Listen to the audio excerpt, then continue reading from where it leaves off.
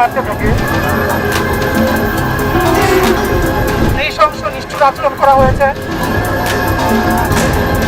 উপরের 7 তলায় এগুলো অনেক লোক। এই সেলগুলোতে খুব আর্লি টাইমে মানুষ ছিল, কারণ এখানে আমরা তাজা খাবার পাই। ইসলামকে শেষ করে দেওয়ার জন্য এদের একটা বিশাল ভূমিকা ছিল।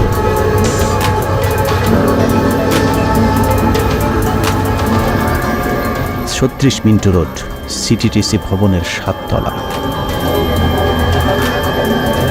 গেল ৮ বছরে এই তলাতে কত নিরীহ নিষ্পাপ মানুষের জীবন তছনছ হয়ে গিয়েছে তার কোনো হিসেব নেই। বিভিন্ন লোককে ইনজেকশন দিয়েও গুম করে রেখে দিত, পা উপর দিকে টানিয়ে নিচ দিকে পিটাইতো। আমার ভাইদেরকে জুলুম করা হয়েছে, অত্যাচার করা হয়েছে। এই যে লোকটা সচল লোক ছিল, আজকে হাঁটতে পারে না। এটা হচ্ছে 7 তলার সেল, এখানে রাখা হতো, নিচতলার সেলে রাখা হতো, তারপরে 5 তলাতেও ছিল। তাদের কি এরকম কোনো সেল রাখার অধিকার আছে কিনা আইনত?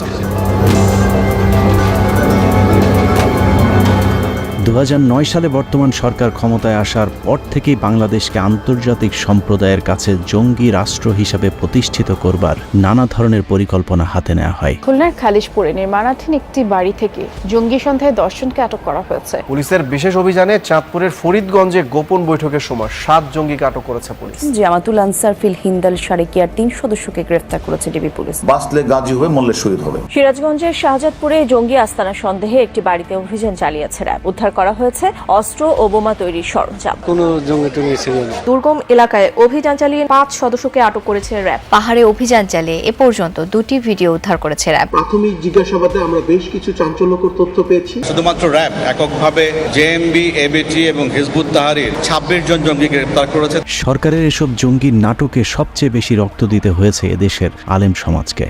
মাদ্রাসা ছাড়াও স্কুল, কলেজ, বিশ্ববিদ্যালয়ে যেসব শিক্ষার্থীরা কিছুটা ধার্মিক তাদেরকে টার্গেট করে জঙ্গি হিসেবে মিডিয়া ট্রায়াল দেওয়া হতো। আলেমদেরকে শেষ করে দেওয়ার জন্য এদেশ থেকে ছাত্রকে তুলে আইনে এনে এখানে ভয়ে রেখে দিচ্ছে। কত নিরীহ ছেলে পেলে ইসলামকে শেষ করে দেওয়ার জন্য এদের একটা বিশাল একটা ভূমিকা ছিল। হিন্দু অফিসাররা আমাদেরকে পাইলে যে কি পরিমাণ আক্রোশ দেখাইতো। তদন্ত নন্দলাল আমাকে লাগাইতে হবে পিছনে, আমার দিকে শুধু ক্যামেরা আর ক্যামেরা। ওই মেয়েটার সাথে আমি বসে আছি, মেয়েটা আমাকে জড়ায় ধরতেছে। আল্লাহ, আমার যে এত অসহায় লাগতেছিল নিজেকে। এর মধ্যে শুরু হয়েছে আরেক কাহিনী। একটা সিগারেট জ্বালায় নিয়ে আসছে, হাতে এইভাবে ধরায় দিচ্ছে, সিগারেটটা ফেলে দিচ্ছে, আমার গালি দিছে, এইভাবে এইভাবে একটা মারছে, চিৎকার করে কান্না করছে। আর একটা দোয়া করতেছিলাম, আল্লাহ তুমি হারুনকে একদিন আমাকে যেরকম উলঙ্গ করছে, আল্লাহ আল্লাহ হারুন এবং তারা যারা করছে, আল্লাহ এদেরকে তুমি এইভাবে লাঞ্ছিত করো। একজন আল্লাহর কাছে ক্ষমা পাবে না, আল্লাহ রসুলের কাছে জবাব দিতে পারবে না কেউ। এসব নাটকগুলোর অধিকাংশের স্ক্রিপ্ট প্রায় একই রকম। সব ক্ষেত্রেই গোপন সংবাদের ভিত্তিতে গভীর রাতে কোনো একটি বাড়িতে অভিযান চালানো হতো। রাতভর বাড়িটি ঘিরে রাখার খবর গণমাধ্যমে ব্রেকিং চলবার পর ভোর রাতে ঘরে ঢুকে কথিত জঙ্গি ধরে আনা হতো। পরদিন সকালে প্রেস ব্রিফিং হবে, সেই খবর আগের দিনই গণমাধ্যমে পাঠানো হয়ে যেত। পরদিন গণমাধ্যমে কি ব্রিফ করা হবে সেটাও সাজানো থাকতো আগের রাতেই। গোপন সূত্রের খবরে র্যাবের একটি দল রাত 3টা থেকে বাড়িটি ঘিরে রাখে। সকালে তারা বাড়ির ভেতরে অভিযান পরিচালনা করে। বিএনপি আমলের জঙ্গি আস্তানায় অভিযানগুলো সাংবাদিকদের জানিয়ে করা হতো, এমনকি বিভিন্ন টেলিভিশনের লাইভের মাধ্যমে দেখানোর সুযোগও হতো সেই সময়টাতে।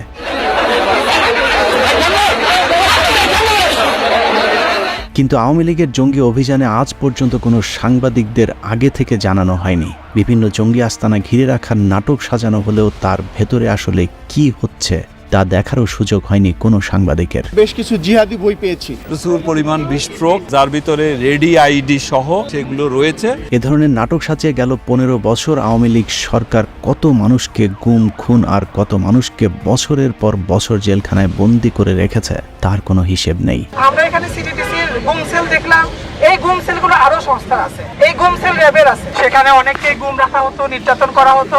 আমরা সরাসরি এটার ভিকটিম। চোখে কালো কাপড় দিয়ে বেঁধে দেয়, দুই হাত ধরে ওরা পিছন দিক থেকে মারতে থাকে। কারাগারগুলোকে অত্যাচারের সেল বানানো হয়েছে। আওয়ামী লীগের গেল 15 বছরে বাংলাদেশ দাড়ি টুপিওয়ালা মানুষদের জন্য কঠিন হয়ে দাঁড়িয়েছিল।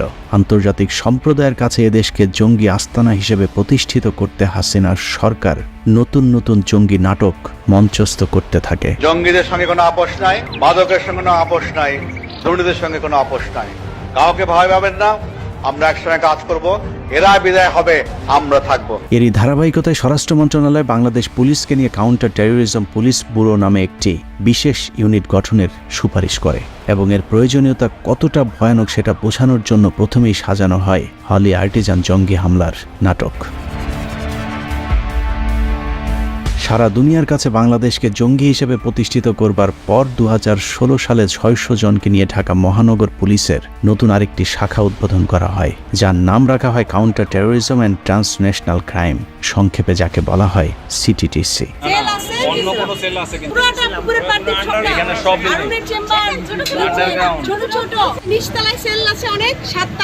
ইসলামী বইও পাইছি, কোরআন শরীফের কভার পাইছি, ছোট ছোট সেল যেগুলাতে কোনো জানালা নাই, উপরের 7 তলায় এখানে অনেক রুম। প্রথম দিকে পুলিশের বিশেষ এই শাখাটি খুব বেশি আলোচনায় আসতে না পারলেও 2021 সালে স্বরাষ্ট্র মন্ত্রণালয়ের উপসচিব ধনঞ্জয় কুমার দাসের স্বাক্ষরিত প্রজ্ঞাপনে পুলিশের উপমহাপুলিশ পরিদর্শক মোহাম্মদ আসাদুজ্জামানকে সিটিটিসির প্রধানের দায়িত্ব দেওয়া হয়।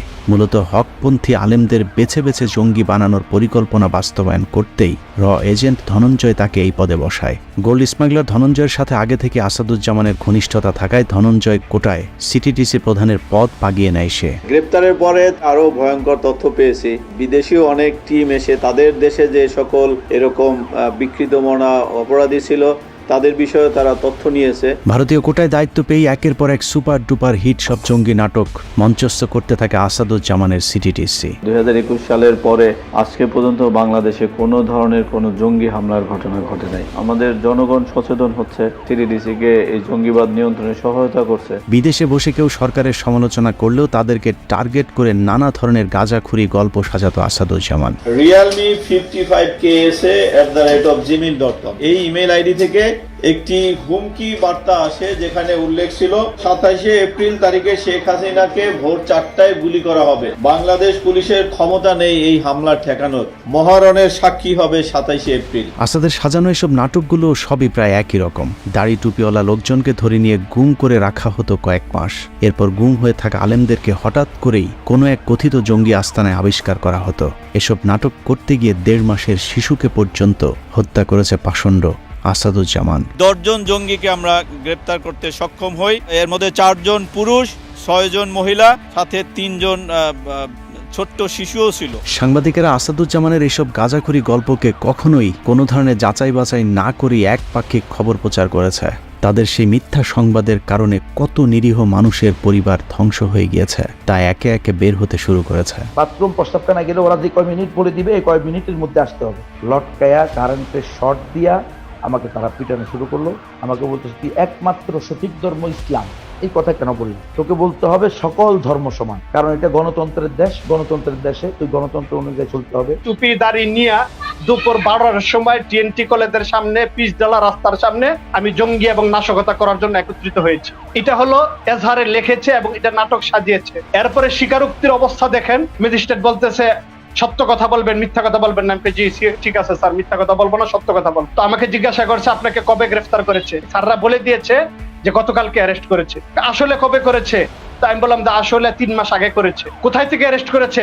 আমি বললাম স্যাররা তো শিখাই দিয়েছে টিএনটি কলেজের সামনে থেকে করেছে। তো ম্যাজিস্ট্রেট জিজ্ঞাসা আসলে কই থেকে করেছে? আমি গুলশান থেকে করেছে। সে বলে হুজুর রমজান মাস সূরা ফাতিহাটা পড়েন। তো আমি সূরা ফাতিহা পড়লাম।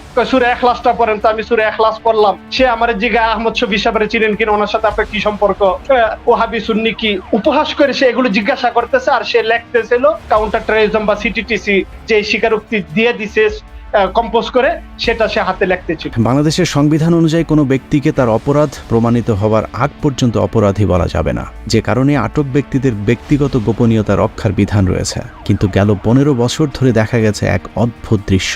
মানুষকে ধরে নিয়ে যাওয়া হতো, তারপর তাদেরকে মিডিয়ার সামনে এনে হাজির করার পর কোনো ধরনের বিচার তদন্ত ছাড়াই বিচারকদের মতো করে তাদেরকে দোষী সাব্যস্ত করে তারপর গণমাধ্যমে প্রচার করা হতো, যা বাংলাদেশের সংবিধানের সাথে সাংঘর্ষিক। জামাতুল আনসার ফিল হিন্দাল শারকিয়ার বিরুদ্ধে সিটিটিসির অভিযান অব্যাহত আছে।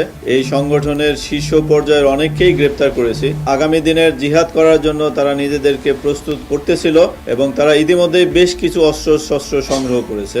আসাদুজ্জামানের সিটিটিসিতে যাদেরকে আটক করা হতো তাদের পরিবারের কাছ থেকে নেওয়া হতো মোটা অঙ্কের টাকা। এসব টাকা পয়সা কালেকশনের দায়িত্ব ছিল আসাদুজ্জামানের স্টেনোগ্রাফার নজরুল ইসলাম প্রামাণিকের হাতে। আসাদুজ্জামানের এই অন্ধকার জগতের সবকিছু নিয়ন্ত্রণ করত নজরুল ইসলাম। পুলিশের একটি সূত্র জানিয়েছে আসাদুজ্জামানের পিয়ন নজরুল ইসলাম প্রামাণিকের ঢাকার উত্তরা মিরপুর আর গ্রামের বাড়ি জামালপুর মিলিয়ে অন্তত 100 কোটি টাকার সম্পত্তি রয়েছে। আর আসাদুজ্জামানের সম্পত্তির পরিমাণ কত সেটা হয়তো সে নিজেও জানে না। সারা রাত ব্যাপী প্রায় জিজ্ঞাসাবাদ করেছে। জিজ্ঞাসাবাদে আমরা তাদের সেই নতুন আস্তানার কথা জানতে পারি। তবে আমার আজকের আলোচনার মূল বিষয় তাদের সম্পত্তির হিসেব বের করা নয়। এই দুজনকে নিয়ে বিশেষ এই অনুষ্ঠানটির কারণ হলো তাদের দুজনেরই ফাঁসির আবেদন জানানো। শুধু একবার ফাঁসি নয়, এই দুজনকে কয়েকশোবার ফাঁসি দিলেও তারা যে অপরাধ করেছে তার শাস্তি শেষ হবে না। কারণ তাদের ব্যাপারে অনুসন্ধান করে যে তথ্য পাওয়া গেছে তা গা শিউরে ওঠার মতো। অনুসন্ধানে জানা যায় জুলাই ছাত্রদের উপরে যে গণহত্যা চালানো হয়েছে তার মধ্যে বড় একটি অংশের নেতৃত্ব দিয়েছে সিটিটিসির আসাদুজ্জামান এবং তার স্টেনোগ্রাফার নজরুল ইসলাম প্রামাণিক। এসআই নজরুল ইসলাম প্রামাণিকের নেতৃত্বে 17 জুলাই রাতে সিটিটিসির মোট 5টি গাড়ি বের হয়। এই গাড়িগুলোতে অস্ত্র ভর্তি করে ঢাকা দক্ষিণের প্রতিটি ওয়ার্ডে গিয়ে তালিকাভুক্ত ছাত্রলীগ যুবলীগের কাছে পৌঁছে দেয় নজরুল। আসাদুজ্জামানের নির্দেশে ওই রাতে মোট 350 অস্ত্র সরবরাহ করা হয় বলে জানিয়েছে সূত্রটি। এসব অস্ত্র সরবরাহের মূল উদ্দেশ্য ছিল আন্দোলনকারী ছাত্রদের উপর গুলি চালানো। হাসিনা সরকারকে যে কোনো উপায়ে ক্ষমতায় টিকিয়ে রাখতে যত লাশ প্রয়োজন তত লাশ ফেলার পরিকল্পনা ছিল সিটিটিসির। সূত্রের তথ্য অনুযায়ী 17 জুলাই সারা দেশে ইন্টারনেট বন্ধ করে দেওয়ার সময় থেকে 4 আগস্ট পর্যন্ত আসাদ এবং নজরুলের নেতৃত্বে অন্তত 150 আন্দোলনকারীকে হত্যা করা হয়। 5 আগস্ট শেখ হাসিনা পদত্যাগের আগ মুহূর্তে সর্বোচ্চ বল প্রয়োগ করে ছাত্র জনতাকে হত্যা করে পুলিশ। বিভিন্ন জায়গায় গাড়িতে করে লাশ ফেলে আসার যে দৃশ্য সোশ্যাল মিডিয়াতে দেখা গিয়েছিল সেগুলোরও বেশিরভাগ সিটিটিসি প্রধান আসাদুজ্জামানের নির্দেশে নজরুলই করেছিল।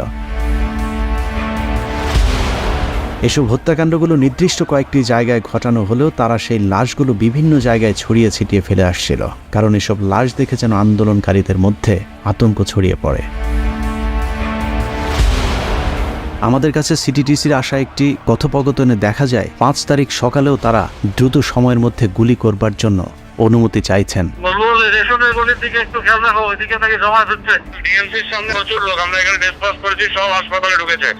হাসপাতাল ক্লিয়ার করে দিলে ইউনিভার্সিটি ক্লিয়ার থাকবে, একটু বলবেন স্যারকে।